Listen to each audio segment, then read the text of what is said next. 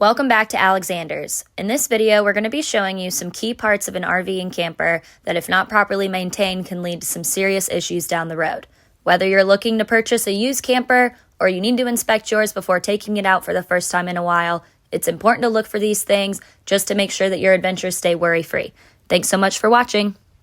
But you want to check that to make sure so you don't get water in behind your trim, because that'll cause the corners to start to rot out. You also want to make sure that's still good. But you can see where it's starting, it's a little low right there, but actually it looks pretty good around the doors.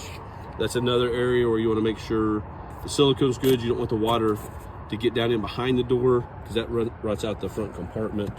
And the floor up in here will start to get soft. So that's important.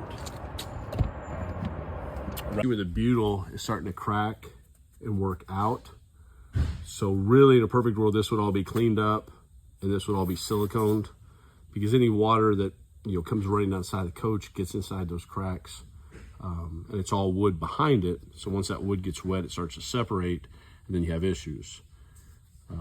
Like on the other side. Like on the other side, yeah, on the side coming up. But all that should really be cleaned up. It should be nice. One be the silicone down through there, smooth that to turn all the water. Makes sense. This is the problem. Big problem. So this is the other side. The wood behind this has got wet and it's broke loose from the sidewall, pushed out the metal. You see the gap up here where this metal started to drop down, and it actually goes all the way through into the bedroom area. So the only fix on this now is to take the metal off the front, loosen up the metal on the side, and rebuild that front wall. But it's actually got into the bedroom also on the inside.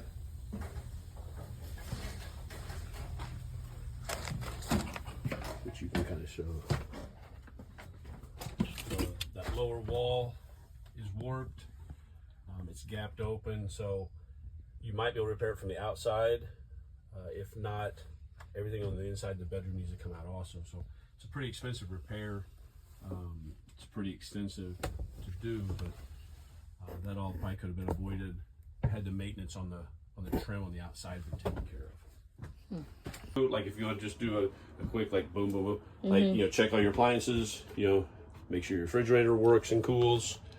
We can just say, you can just open them up, make sure if there's any surprises in here. Nope, not bad.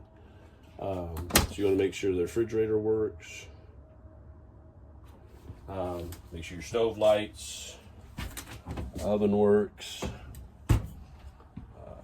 Make sure you got power to your microwave, toilet paper. Make sure your air conditioner is clean. All the filters and stuff are clean on it. Make sure it's cooling. Okay. So that would just be like a couple little things. In the spring, to do an inside thing, I would check and make sure like you don't have any water damage in your corners, like where you've had a leak over the winter. So look for any sign of water damage. This all looks really good. I was really hoping we'd find one that had an issue so you show them, but check all the corners of your ceiling as you walk through, kind of looking for any sign of water leak. I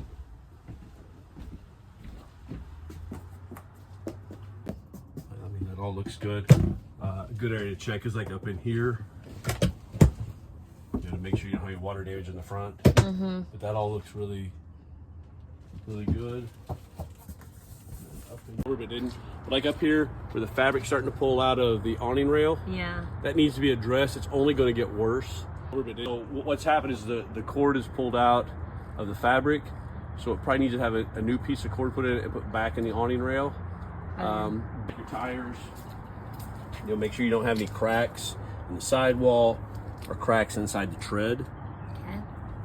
That's a good thing to look for coming out of spring.